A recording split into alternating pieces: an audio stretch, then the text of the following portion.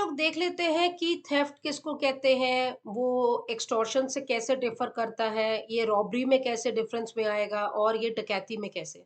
Welcome to the channel. I on behalf of Zafar judicial academy welcomes you all. आज हम लोग देखते हैं कि थेफ्ट क्या चीज है और इसकी पनिशमेंट किस में है। उसी तरीके से एक्सटॉर्शन क्या है, एक्सटॉर्शन की पनिशमेंट किस में है। रॉबरी क्या है, रॉबरी की पनिशमेंट किस में है। लास्टली डकैती क्या है और डकैती की पनिशमेंट किस में है।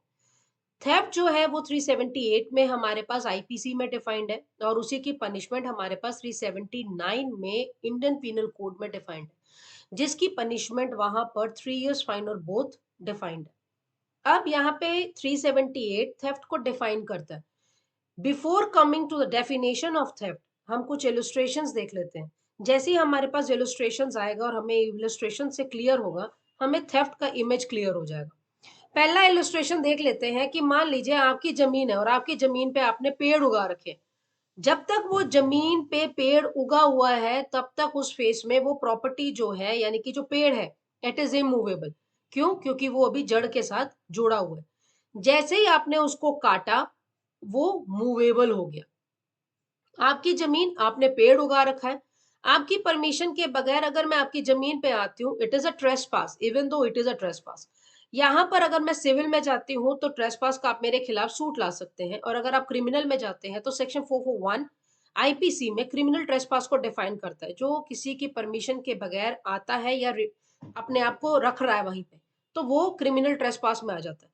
तो यहाँ पे हम लोगों का डिस्कशन अभी ट्रेसपासिंग की तरफ नहीं है। हम लोग वापस अपने एग्जाम्पल पे स्विच करते हैं जो कि है थेफ्ट। अब मान लीजिए मैं आपकी जमीन पे आई और डिसऑनेस्टली मैंने उसको स्वीयर किया। As soon as I sever the tree, जैसे ही काटा वो मूवेबल हो गया। जैसे ही मूवेबल हो गया मेरा डिसऑनेस्ट इंटेंशन क्लियर हो गया कि मुझे उसको लेके जाना। Now what did I did is theft. Second illustration पे आते हैं। मान लीजिए आपका घर है और आपके घर में आपने टेबल के ऊपर एक एक गोल्ड रिंग रखा हुआ है। स्टिल वो आपके पोजेशन में, माना वो आपके हाथ में नहीं है but it is in your position. मैंने आई और मैंने इसको आपके पोजीशन से मैंने निकाल के ले गई, दिस इज थेफ्ट। लेकिन अब थर्ड एग्जाम्पल से आपको ये इलस्ट्रेशन क्लियर होगा कि ये थेफ्ट कैसे है, और तीसरा एग्जाम्पल जो आ रहा है वो थेफ्ट कैसे नहीं है। हाई रोड पे, सड़क पे हम लोगों को कई बार कई चीजें मिल जाती हैं। कई बार मान लो पैसा मिल गया, कई बार आपको रिंग मिल गया, कई बार लोगों को मोबाइल फोन मिल जाते हैं। यहाँ पे वो किसी के पोजेशन में नहीं है। लेकिन सेकंड इलस्ट्रेशन जो हम लोगों ने डिस्कस किया था, it was under your custody, it was under your possession. लेकिन थर्डली ये किसी के पोजेशन में नहीं था, सड़क पे गिरा हुआ था, किसी का भी हो सकता है। ये थेफ्ट नहीं है। क्योंकि थेफ्ट के लिए जब हम अभी एसेंशियल्स को डिस्कस करेंगे आपको वैसे ही क्लियर हो जाएगा। यहाँ पर थेफ्ट नहीं है लेकिन miss appropriation of the property जरूर है। अब ये इलस्ट्रेशंस के बाद अब हम जंप करते हैं कि थेफ्ट का एसेंशियल क्या है, इंग्रेडिएंट्स क्या है।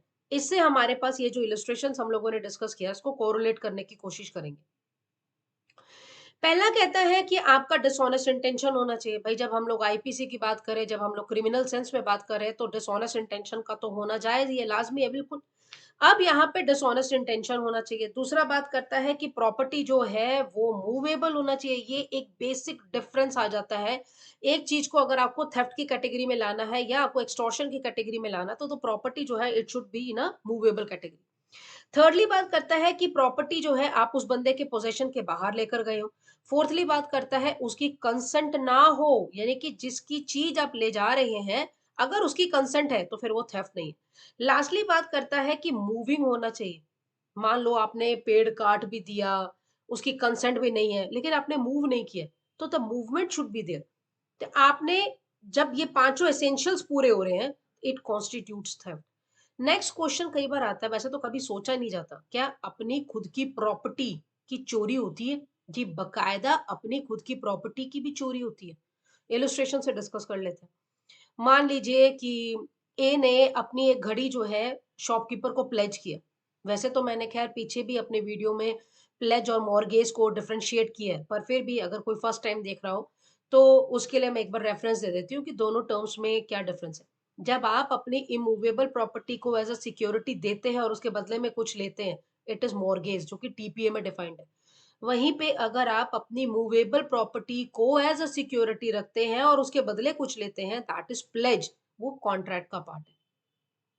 मूवेबल प्रॉपर्टी उसका प्लेज, इमूवेबल प्रॉपर्टी का उसका मॉर्गेज। इसका मतलब आप जो अपने गहने वगैरह गिरवी रखते हैं, that is pledge, that is not a mortgage. Mortgage हमेशा इमूवेबल प्रॉपर्टी का होता है। मान लीजिए मैं जैसे एग्जांपल को कंटिन्यू करती हूँ, मैंने अपनी घड़ी जो है प्लेज किया हुआ था एक शॉपकीपर के पास और उसके रिटर्न मैंने पैसा लिया। घड़ी मेरी ही है, मैं आई और मैंने घड़ी उठा लिया, उसके पैसे दिए बगैर। यानी उसने जो मुझे पैसा दिया था, उस घड़ी के वापस आने का वो पैसा मुझे चुकाना होगा तभी मेरे पास घड़ी आएगी। लेकिन मैंने क्या किया, पैसे नहीं दिए, घड़ी उठा के ले आई। अब मैंने क्या कॉन्स्टिट्यूट किया, that is theft. Even though मैं बार-बार इसी पे फोकस कर रही हूँ, even though the property belongs to me, उसकी ओनरशिप मेरे पास थी, लेकिन पोजेशनरी राइट मेरे पास नहीं था। पोजेशनरी राइट उसके पास था, प्लेजी के पास, जिसको मैंने प्रॉपर्टी दी है और उसके बदले कुछ लिया है। अगर मैं वो चीज दे देती हूँ, यानी कि मैं अगर उसके पैसे लेके जा रही हूँ, पैसे मैंने दे दिया, फिर भी वो मुझे अगर नहीं दे रहा है और अगर मैं तब लेके आती हूँ, फिर वो थेफ्ट नहीं है। तो हमने अब तक क्या देखा कि आपकी अपनी ही प्रॉपर्टी का भी अगर आप खुद ही चुराते हैं, तो उसको भी थेफ्ट की कैटेगरी में आता है। फ़िल्मों में हम लोगों ने कई बार देखा है जो छोटे-छोटे बच्चे होते हैं वो ब्रेड वग़ैरह होते हैं या कोई रोटी होती है तो उठा के भाग जाते हैं। जब पकड़ा जाता है तो वो कहता है कि शॉपकीपर कहता है कि आपने चोरी क्यों की है? तो वो कहता है कि साहब मैंने 2 दिन से खाना नहीं खाया, मैंने 3 दिन से खाना नहीं खाया। तो यहाँ पे हमारे पास एक मैक्सिम आता है जो कि कहता है नेसेसिtas inducit privilegium quo ad jure privata। No amount of necessity can justify an act of stealing. किसी भी कीमत, किसी भी तरीके से अगर आपने कोई चोरी करी है, तो कोई भी नेसेसिटी उसको जस्टिफाई नहीं कर सकता। यहां तक हम लोगों ने देखा कि थेफ्ट क्या चीज है। अब नेक्स्ट आ जाता है सेक्शन 383 में जो डिफाइंड है, दैट इज एक्सटॉर्शन, और इसकी पनिशमेंट 384 में है जो कि 3 साल फाइन और बोथ है। एक्सटॉर्शन को भी हम पहले एक इलस्ट्रेशन से समझ लेते हैं। यहाँ पर ए ने जेड को फेयर में डाला ग्रीवियस हर्ट का कि ये ब्लैंक पेपर है, इसको आप साइन कर दीजिए, सील वगैरह कर दीजिए। एक जो blank paper it can be converted to a valuable security. तो आपने जैसी वो प्रॉपर्टी उससे जबरदस्ती मतलब डरा धमका के आपने वो करवाई, तो आपने यहाँ पर क्या किया, आपने एक्सटॉर्ट किया। यानी कि आप कोई भी चीज को कन्वर्ट कर सकते हो into a valuable property by putting that person under fair. Now what you did is extortion. अब हम लोग आते हैं कि सेक्शन 383 का एसेंशियल क्या कहते हैं। तो एसेंशियल में यहाँ पे सबसे बात करता है, आप इंटेंशनली एक पर्सन को फेयर ऑफ इंजरी में डाल रहे हैं, चाहे उस पर्सन को या किसी और पर्सन को। इसी तरीके से जब हम लोग प्राइवेट डिफेंस को भी देखते हैं तो प्राइवेट डिफेंस भी कहता है आप अपनी बॉडी या पड़ोसी की बॉडी, आप अपनी प्रॉपर्टी या पड़ोसी की प्रॉपर्टी, इनको प्रोटेक्ट करने के लिए अगर आप कुछ भी करते हैं, that comes under private defence. हाँ, वो बात अलग है कि भी वहां पे हमारे पास एन्यूमरेशंस है जिसमें आपका दिखा जाएगा कि भी क्या आपने वो प्राइवेट डिफेंस में काम किया या नहीं किया। तो एक्सटॉर्शन भी यही कह रहा है, मतलब आप उस बंदे को या उसके नियर एंड डियर को अगर आप उसको फेयर में डाल रहे हो, तो यहाँ पर आपने क्या किया, आप एक्सटॉर्शन कर। सेकेंडली, वो फियर डालने के बाद ऐसा थोड़ी ना बस आपने डरा दिया धमका दिया तो आपका काम हो गया। उसके बदले आपको क्या चाहिए, आप उसके बदले कोई चीज चाह रहे हैं, आप उसके बदले में कोई सामान उसको डिलीवरी की बात कर रहे हैं कि मेरे को दो, तो दैट इज एक्सटॉर्शन। अब यहाँ पे इसकी पनिशमेंट 384 में, जैसे हम लोगों ने पहले भी डिस्कस कर लिया। अब एक इम्पॉर्टेंट डिस्कशन आता है कि थेफ्ट और एक्सटॉर्शन में डिफरेंस क्या होगा। तो मैं दो पॉइंट्स को ही लेके कंक्लूड करूंगी अब। पहला कहता है कि भी थेफ्ट के अंदर आप प्रॉपर्टी टेक कर रहे हैं, आप प्रॉपर्टी ले रहे हैं, लेकिन एक्सटॉर्शन में वो बंदा आपके हाथ में खुद दे रहा है। Secondly and very important, theft is always for a movable property, or extortion it can be for movable or immovable, any sort of property is involved in that। अब बात आती है सेक्शन 390 में रॉबरी, और इसकी पनिशमेंट जो है 392 में डिफाइन किया गया। Each case of robbery involves theft और एक्सटॉर्शन।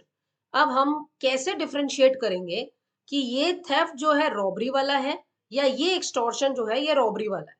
तो यहाँ पे बात करता है कि थेफ्ट, एक्सटॉर्शन रॉबरी में कब कन्वर्ट हो रहे हैं, मतलब थेफ्ट कब रॉबरी बन रहा है, एक्सटॉर्शन कब रॉबरी बन रहा है। तो पहला हम लोग थेफ्ट को डिस्कस कर लेते हैं कि थेफ्ट अब कब रॉबरी के केस में जा रहा है। तो यहाँ पे कहता है जब आप कर रहे हैं, या अटेम्प्ट कर रहे हैं थेफ्ट को करने में, और उसमें अगर आपने डेथ कॉज कर दिया, हर्ट कॉज कर दिया, रॉन्गफुल रिस्ट्रेंट कर दिया, या फेयर आप अगर कॉज कर रहे हैं, इंस्टेंट डेथ, हर्ट या इंस्टेंट रॉन्गफुल रिस्ट्रेंट, आपने रॉबरी कमिट कर दी। रॉबरी में भी कौन सी वाली robbery? That is your theft, यानी थेफ्ट वाली रॉबरी। अब सेकेंडली बात आता है, हम एक्सटॉर्शन को कब रॉबरी में कन्वर्ट करेंगे? यहां पर बात करता है, जब आप एक्सटॉर्शन कमिट कर रहे हैं, आप उस बंदे के प्रेजेंस में है, उस बंदे को आप फेयर में डाल रहे हैं, इंस्टेंट डेथ, इंस्टेंट हर्ट या इंस्टेंट रॉन्गफुल रिस्ट्रेंट, और बदले में आप क्या ले रहे हैं? अब हम लोगों ने एक्सटॉर्शन वहां पे भी डिस्कस किया था, आप उसके बदले में डिलीवरी ले रहे हैं। हम यहाँ पर दो इलस्ट्रेशन से एक्सप्लेन कर लेते हैं, अपने आप को समझ लेते हैं। मान लीजिए कि आप किसी ब्रिज के ऊपर जा रहे हैं और आपका बेटा आपके साथ है, या कोई भी बंदा आपके साथ है, कोई नॉन छोटा बच्चा ही ले लीजिए, वो थोड़ा इजी रहेगा। मैं अब एक बंदा आया सामने से और उसने कहा कि उसने आपके बच्चे को पकड़ लिया और उसको उल्टा लटका दिया ब्रिज के इस साइड, कि आपके जेब में जितना भी पैसा है वो मेरे को दे दो, नहीं तो मैं ये बच्चे को ऊपर से नीचे गिर दूंगा। इस केस में क्या आ रहा है? यहाँ पे इंस्टेंट है, यहाँ पर जो जिसका भी बच्चा है वो सामान खुद डिलीवर कर रहा है। यहाँ पर instant death, hurt, wrongful restraint की फीलिंग आ रही है आपके मन में, आपने क्या किया? This is robbery. लेकिन इसको हम डिफरेंशिएट कर लेते हैं एक और एग्जांपल से।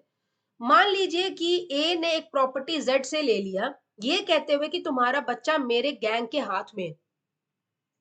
This is not instant, this is not in your presence. ये एक्सटॉर्शन जरूर हो सकता है, बाकी सारी कहानी वही है कि भी 10,000 रुपए दे दो, 15,000 रुपए दे दो, नहीं तो हम आपके बच्चे को मार देंगे। ये आपके सामने नहीं है, it's not in your presence, और instant death, hurt, wrongful restraint की फीलिंग नहीं आ रही। यस, इवन दो अगर कोई भी बंदा कहेगा तो माथा तो थमाएगा ही, लेकिन वो इंस्टेंट नहीं है, क्योंकि यहाँ पर एक्सटॉर्शन जो है वो तब की बात कर रहा है जब प्रेजेंस की बात नहीं है। लेकिन रॉबरी कब कह रहा है? आपके प्रेजेंस में है और इंस्टेंट आपको फीलिंग आ रही है, तो फिर ये रॉबरी में आ जाएगा। सेकंड इलस्ट्रेशन में ये केस जो है एक्सटॉर्शन का जा सकता है, लेकिन रॉबरी का नहीं, क्योंकि रॉबरी वाली फीलिंग नहीं आ रही है, क्योंकि इंस्टेंट आपको किसी तरीके का कोई डैमेज नहीं हो रहा है। तो यहाँ पे हम लोगों ने देख लिया कि एक्सटॉर्शन कब आपका रॉबरी में कन्वर्ट हो रहा है। एक चीज और भी हमें इजी रहेगा समझने में, अगर number of person less than 5 जा रहा है, तो it can B theft, it can B extortion और इट कैन बी रॉबरी। लेकिन अगर ये 5 प्लस हो जाता है और कॉन्जॉइंटली ये लोग अगर रॉबरी एक्सटॉर्शन करते हैं, तो फिर ये डकैती का केस चला जाएगा, जो 391 में डिफाइंड है। और 391 की पनिशमेंट जो है वो 395 में दी गई है, जो कि बात करता है आपका रिग्रेस इम्प्रिजनमेंट। रिग्रेस इम्प्रिजनमेंट 10 साल प्लस फाइन या फिर लाइफ इम्प्रिजनमेंट। और यहीं पे रॉबरी में जो 392 में डिफाइंड है, हमारे पास रिग्रेस इम्प्रिजनमेंट 10 साल प्लस फाइन है। वहीं पे अगर आपने हाई रोड पे before sunset and after sunrise से, जो बीच का टाइम टेन्योर है हमारे पास, मतलब जब सूरज जी चले जाते हैं और अभी सूरज जी को आने में टाइम है, तो वो जो लेट नाइट का आर है, अगर आप हाई रोड पे रॉबरी कमिट करते हैं, तब वो भी हाई रोड पे, तब आपकी सजा जो है वो 14 ईयर्स की चली जाएगी। तो एक फ्लैश फटाफट से डिस्कस कर लेते हैं कि थेफ्ट क्या है। थेफ्ट में सिंपल बात करता है कि मूवेबल प्रॉपर्टी होना चाहिए, डिसऑनेस्ट इंटेंशन होना चाहिए, विदाउट कंसेंट होना चाहिए और उसका मूविंग होना चाहिए। हम लोगों ने इसके बाद देखा कि एक्सटॉर्शन क्या है। एक्सटॉर्शन में सिंपल बात करता है, आप आ, कुछ ग्रीवियस हर्ट कर रहे हैं या आप उसको फेयर में डाल रहे हैं और उसके बदले में आप उसे प्रॉपर्टी एक्सटॉर्ट करें, सिंपल सिंपल। लेकिन वहीं पे रॉबरी कब कमिट होगा, थेफ्ट रॉबरी कब बनेगा, एक्सटॉर्शन रॉबरी कब बन रहा है? थेफ्ट के केस में कहता है, अगर यहाँ पर इंस्टेंट डेथ, हर्ट और ग्रीवियस थेफ्ट, हर्ट या रॉन्गफुल रिस्ट्रेंट आ रहा है, तो वो थेफ्ट जो है रॉबरी में चला जाएगा। नीचे जो है आपके पास एक्सटॉर्शन रॉबरी में कब कन्वर्ट हो रहा है? अगर इंस्टेंट फीलिंग आपको थेफ्ट नहीं, instant instant feeling of hurt या फिर रॉन्गफुल रिस्ट्रेंट या डेथ की आ रही है। और एक्सटॉर्शन का, एक्सटॉर्शन में यहाँ पे it can be any sort of property, movable और इमूवेबल, थेफ्ट में मूवेबल है। तो ये जो चीज है वो रॉबरी में कन्वर्ट हो जाएगा। वैसे ही जैसे आपके ये जो नंबर ऑफ ऑफेंडर्स है, एक्यूज जो है, अगर ये 5 प्लस हो गए, तो ये जितनी भी आप लोगों ने रॉबरी में पढ़ा, ये सारा का सारा डकैती में कन्वर्ट हो जाएगा, जिसकी पनिशमेंट 395 में डिफाइंड है। Thanks for watching, have a nice day, bye bye.